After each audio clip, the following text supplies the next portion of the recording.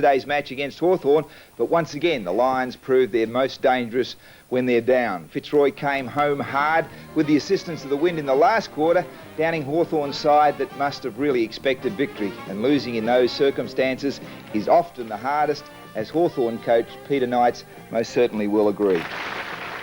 Do you agree? Oh yes, it was a game in which we knew it was going to be tough from the outset. I mean, Fitzroy had come off a bye. They would come into the game pretty fresh, and it was important for us to go into our bye this coming week with an opportunity to have a bit of a buffer between us and a few sides below. But we expected a pretty tough contest, and we certainly weren't disappointed there. But yeah, we were disappointed that we didn't take the points, yeah. They did their homework in trying to break up your pattern of play, particularly on the forward line when they were kicking against the wind. Yeah, full credit to Fitzroy. They played that style of game, and I suppose the conditions as well adhered to that particular style. But I mean, they deserved to win on the day, and we were disappointing. I felt that we didn't gain the initiative as we should have in the first quarter. That's where we should have gained the ascendancy, but we weren't able to. The tactic of hawking as a loose man, now that was a hard one to combat overall for the day.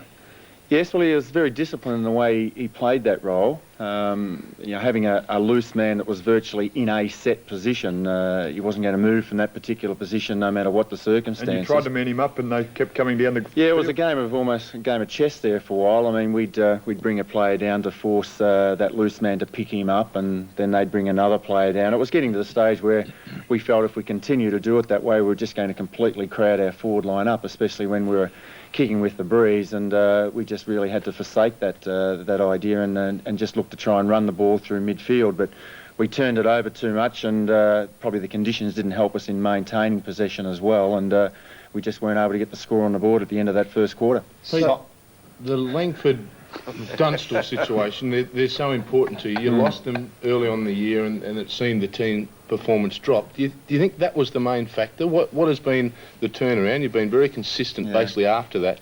But when you lose them, is it that big a hole that you are vulnerable?